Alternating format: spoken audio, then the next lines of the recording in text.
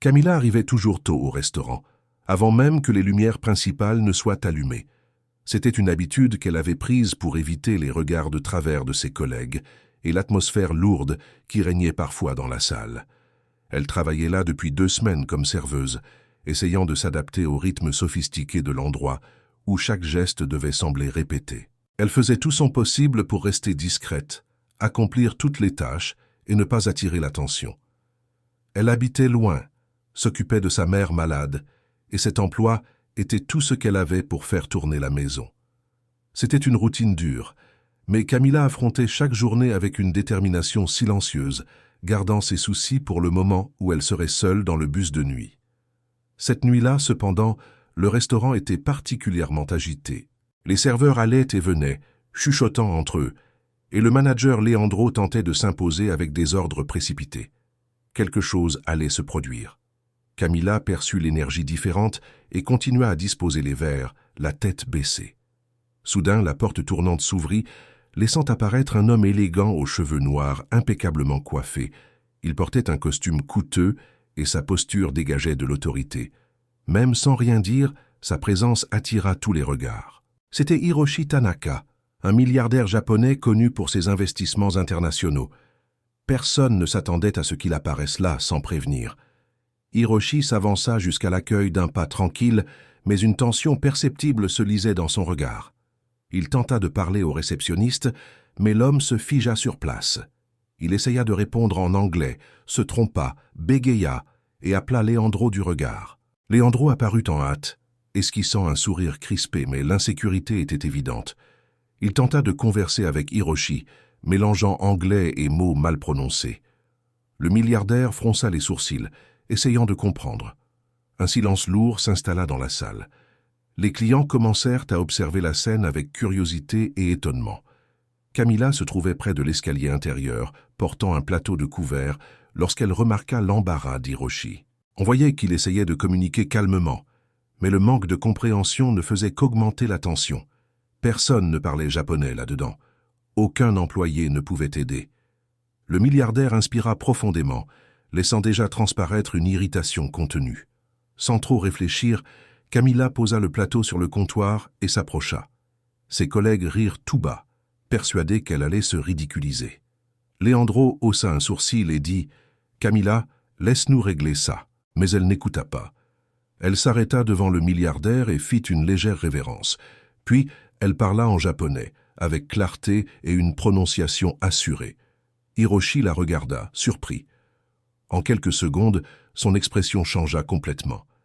Il répondit immédiatement et tous deux se mirent à converser avec naturel. Tout le restaurant se tut. Personne ne comprenait ce qui se disait, mais on sentait le soulagement du milliardaire. Camilla expliqua le menu, lui montra la table disponible et le conduisit avec élégance. Il la remercia d'une discrète révérence et Camilla lui rendit l'appareil. Reprendre le travail ressemblait à un rêve étrange. Tandis qu'elle s'éloignait, elle entendit les rires gênés de ses collègues qui ne savaient plus comment réagir. Pendant le dîner, Hiroshi observait chaque détail du restaurant, mais son regard revenait sans cesse vers Camilla, analysant son comportement, comme s'il voyait quelque chose que personne d'autre ne voyait. Camilla garda sa posture, apporta les plats, répondit en japonais quand on l'appelait et traita tout le monde avec respect. À la fin de la soirée, il laissa un pourboire conséquent et un billet écrit en calligraphie japonaise, la remerciant pour sa gentillesse. Camilla glissa le billet dans sa poche et partit comme d'habitude, fatiguée mais silencieuse, prenant le bus bondé. Le lendemain, le restaurant bruissait de murmures. Les employés commentaient la venue du milliardaire japonais, la façon dont Camilla avait parlé japonais avec aisance et comment elle avait été au centre de l'attention pendant quelques minutes. Certains riaient avec moquerie, d'autres observaient avec envie. Camilla ignora tout. Elle salua tout le monde, mit son tablier et se mit au travail. Mais ce même jour, le destin allait encore changer. Hiroshi Tanaka réapparut, cette fois accompagné d'assistants et de gardes du corps. Sa présence transforma le restaurant en scène de tension. Il demanda expressément à être servi par Camilla. Les autres serveurs se regardèrent, gênés. Camilla inspira profondément et alla à la table, le saluant. Il sourit discrètement et commença à poser des questions sur le restaurant, Sur elle, sur sa vie. Camilla répondit avec réserve, sans trop se dévoiler. De l'autre côté de la salle, Raphaël, le propriétaire du restaurant, observait tout. Il avait été prévenu de la première visite du milliardaire et analysait le comportement de ses employés. Quand il vit Camilla converser avec Hiroshi en japonais, il comprit qu'il était passé à côté de quelque chose d'important. Il demanda à revoir les enregistrements de la veille et fut impressionné par la manière dont elle avait géré la situation. Il était évident qu'elle avait du talent et une éducation qui ne correspondait pas à la façon dont on la traitait ici. Après le départ d'Hiroshi, Raphaël demanda à Camilla de monter à son bureau. Elle monta, appréhensive. Il parla de son talent, de son potentiel, et lui demanda où elle avait appris le japonais. Camilla expliqua qu'elle étudiait seule depuis l'adolescence, avec des vidéos, des livres et l'ordinateur de l'école. Raphaël resta silencieux, surpris, admirant la force de cette femme. Le même jour, il prit une décision. Il ne lui en parla pas tout de suite, mais il savait qu'il devait mieux comprendre qui était Camilla. Et quand Hiroshi revint pour la 3e fois, accompagné cette fois d'investisseurs japonais, demandant à nouveau à être servi par elle, Raphaël fut certain que quelque chose de grand se passait. Pendant ce dîner, Camilla fut irréprochable. Elle mena les conversations, traduisit les commandes, expliqua les plats et créa une atmosphère confortable pour le groupe.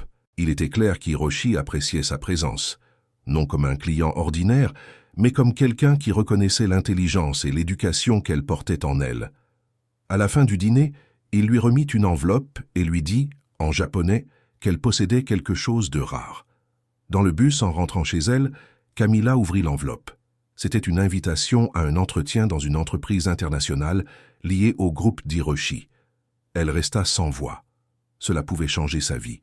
Pendant ce temps, Raphaël regardait tout depuis les caméras du restaurant et comprenait que Camilla était bien plus que ce que disaient ses collègues. Quelque chose en lui commençait à changer. Il ne savait pas l'expliquer, mais il sentait qu'il devait protéger cette femme. Quelque chose de plus grand se formait, et il ne pouvait plus l'ignorer. Hiroshi quitta le restaurant ce soir-là avec sa posture calme habituelle, mais son regard révélait quelque chose de différent. Il y avait de l'intérêt, une véritable curiosité, quelque chose qu'il ressentait rarement pour les lieux qu'il visitait. Ses assistants commentaient le service impeccable, la façon dont Camilla parlait japonais, son élégance naturelle. Hiroshi resta silencieux, réfléchissant. Quand il monta dans la limousine, il regarda par la fenêtre et dit seulement une phrase « Elle n'appartient pas à cet endroit, pas encore ». Ses assistants se regardèrent sans bien comprendre ce qu'il voulait dire. Mais Hiroshi savait déjà que cette serveuse cachait bien plus que quiconque ici ne pouvait le voir. Le lendemain, Camilla se réveilla tôt comme toujours, aida sa mère à prendre ses médicaments, prépara un café simple et partit en hâte attraper le bus. Sa tête était encore embrouillée par l'invitation qu'elle avait reçue. C'était un papier élégant, avec le sceau d'une entreprise internationale liée à l'empire d'Hiroshi. Mais elle ne savait pas si c'était réel ou juste un geste poli d'un homme puissant qui l'oublierait vite. Elle rangea l'enveloppe avec soin dans son sac, comme si elle était trop fragile. En arrivant au restaurant, elle sentit que l'ambiance était encore plus étrange que les jours précédents. Certains employés cessèrent de parler quand elle entra, d'autres la regardèrent avec méfiance, presque hostilité. On aurait dit que tout le monde savait, pour le dîner de la veille. Clara, la manager, passa près d'elle avec un sourire faux. « Tu te prends pour une interprète maintenant ?» lança-t-elle sur un ton moqueur. Camilla inspira profondément et ne répondit pas. Elle avait appris que parfois, le silence était la seule arme dont elle disposait. Pendant qu'elle dressait une table près de la fenêtre, Raphaël apparut dans la salle. Il descendait rarement à cette heure-là. Il marcha jusqu'à elle, le visage sérieux mais doux. « Camilla, quand tu auras fini, monte me voir dans mon bureau, j'ai besoin de te parler. » Elle hocha la tête, sentant un frisson dans le ventre. Monter au bureau du patron n'était jamais anodin. Mais cette fois, elle savait que ce n'était pas une réprimande. Quelque chose d'important se préparait. Quand elle entra dans le bureau, Raphaël était assis, tenant un dossier. Il la remercia d'être venue et lui demanda de fermer la porte. « J'ai regardé les enregistrements d'hier et du premier jour où le milliardaire est venu, » dit-il. « Tu te rends compte de l'ampleur de ce que tu as fait ?» Camilla ne savait que répondre. Il continua. « Tu as géré l'un des hommes les plus influents du secteur financier avec une aisance naturelle. Ce n'est pas courant. Même certains directeurs n'y arriveraient pas.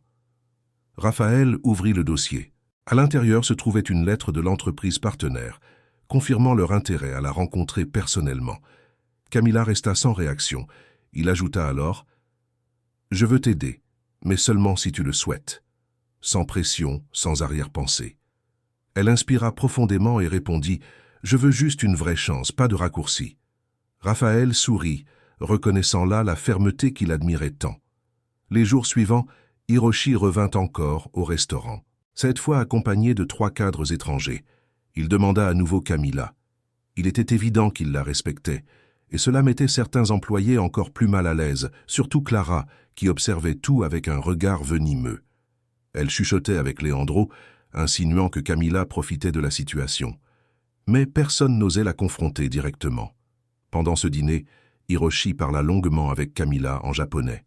Il lui demanda des détails sur sa vie, ses études, sa mère. Elle répondit avec sincérité, sans dramatiser. Il écouta tout avec une attention inhabituelle. « Tu pourrais aller loin », lui dit-il en japonais. Camilla baissa les yeux, n'osant pas y croire complètement. Raphaël observait tout de loin. Chaque geste, chaque mot, chaque sourire timide d'elle. Il commençait à réaliser qu'il ressentait quelque chose au-delà de l'admiration professionnelle. Et cela le rendait inquiet. Il ne pouvait pas agir n'importe comment. Il ne voulait pas la presser. Il devait attendre le bon moment. Une semaine plus tard, Camilla fut convoquée à l'entretien dans l'entreprise liée au groupe d'Hiroshi. Ce n'était pas un entretien ordinaire. La salle était vaste, les fenêtres immenses, l'ambiance sérieuse. Elle entra vêtue de vêtements simples mais soignés. Elle était nerveuse mais déterminée. L'entretien dura presque 1 heure, en 3 langues. Les cadres furent impressionnés. Hiroshi n'était pas présent, mais il avait envoyé une lettre recommandant d'observer avec attention le potentiel extraordinaire d'elle. À la fin, ils dirent qu'ils la recontacteraient. Camilla sortit de la salle avec un mélange d'espoir et de peur. Il était difficile de croire que quelque chose d'aussi grand puisse lui arriver. Ce soir-là, elle repassa au restaurant chercher un document et croisa Clara dans le couloir. La manager se planta devant elle et lança « Tu crois vraiment que tu vas devenir autre chose qu'une serveuse? Ils se servent juste de toi. » Camilla garda son calme. Ceux qui se servent des autres sont ceux qui essaient de les rabaisser. Clara rit sans joie. On verra jusqu'où ça ira. 2 jours plus tard, Camilla reçut l'appel. Elle était prise. L'entreprise la voulait comme assistante bilingue en communication internationale. Le salaire était plus de 3 fois supérieur à celui du restaurant. Elle pleura seule dans la cuisine de chez elle, pendant que sa mère dormait dans la chambre d'à côté. Raphaël apprit aussi la nouvelle par l'entreprise partenaire. Il fut ému, plus qu'il ne l'aurait dû. Il décida d'aller la voir en personne. Au restaurant, il attendit la fin du service et l'appela discrètement. « Tu as réussi », dit-il avec un sourire fier. Camilla porta la main à son visage, émue. « Je n'y serais pas arrivé sans l'opportunité que tu m'as donnée. » Il répondit « L'opportunité a toujours été la tienne. Je n'ai fait qu'ouvrir la porte. » Les premiers jours dans la nouvelle entreprise, Camilla se donna comme jamais. Elle traduisit des documents, participa à des réunions et gagna immédiatement le respect de l'équipe. Raphaël lui envoyait de temps en temps des messages pour prendre de ses nouvelles. Camilla répondait avec gratitude, mais gardait une distance émotionnelle, encore incertaine de ce qu'elle ressentait. Pendant ce temps, au restaurant, les rumeurs s'amplifiaient. Certains disaient que Camilla avait obtenu le poste parce qu'elle sortait avec Raphaël. D'autres insinuaient qu'Hiroshi avait des vues sur elle. Clara alimentait chaque rumeur, désormais avec plus de vigueur. Elle sentait qu'elle avait perdu du terrain face à quelqu'un qu'elle ne jugeait même pas digne. Mais la vérité éclata quand Hiroshi revint au restaurant, cette fois pour un dîner privé, uniquement avec Raphaël et Camilla. Il voulait discuter d'un partenariat officiel et inclure Camilla comme médiatrice culturelle. Clara observait de loin, tremblant presque de rage. Pendant le dîner, Hiroshi remit un document à Camilla. C'était une lettre de recommandation personnelle, écrite à la main, affirmant qu'il avait pleinement confiance en elle. « Tu as quelque chose de rare, Camilla. Ne le gaspille pas. » Raphaël acquiesça, la regardant avec une fierté sincère. Après le dîner, Raphaël la rejoignit sur le parking. L'air était froid et le silence de la nuit rendait tout plus intense. « Je voulais te demander quelque chose, dit-il. Camilla le regarda. « Quoi exactement ?» Raphaël inspira profondément, hésitant pour la première fois. « Je veux savoir si je peux être à tes côtés, pas seulement comme celui qui t'a donné une chance, mais comme quelqu'un qui veut construire quelque chose avec toi. » Camilla resta figée un instant. Son cœur battait si fort qu'il semblait résonner. Elle n'avait jamais imaginé entendre cela de quelqu'un comme Raphaël, jamais imaginé être vue ainsi. Et pour la première fois, elle s'autorisa à ressentir ce qu'elle avait essayé de cacher. Elle sourit, les yeux humides. « Je veux bien, mais j'ai peur. » Il fit un pas vers elle. « Alors allons-y doucement, sans précipitation, je ne veux simplement pas te perdre. » Hiroshi observait la scène de loin, adossé à la portière de sa voiture, comme s'il savait déjà ce qui se passait. Il sourit discrètement et monta dans le véhicule, les laissant seuls sous la lumière douce du parking désert. C'était le début de quelque chose de nouveau. Camilla inspira profondément en marchant aux côtés de Raphaël, absorbant chaque détail de cette nouvelle phase qui s'ouvrait devant elle. Toute sa vie avait été faite d'efforts silencieux, de batailles que personne ne voyait. Mais désormais, quelque chose de différent arrivait enfin. Le milliardaire japonais avait reconnu sa valeur, l'entreprise l'avait choisie, et Raphaël la voyait telle qu'elle était vraiment. Pas par pitié, pas pour son apparence, mais pour de vrai. Pour la première fois, Camilla se permit de croire qu'elle méritait tout cela. Et à cet instant, face à l'avenir qui s'ouvrait, elle n'avait plus peur.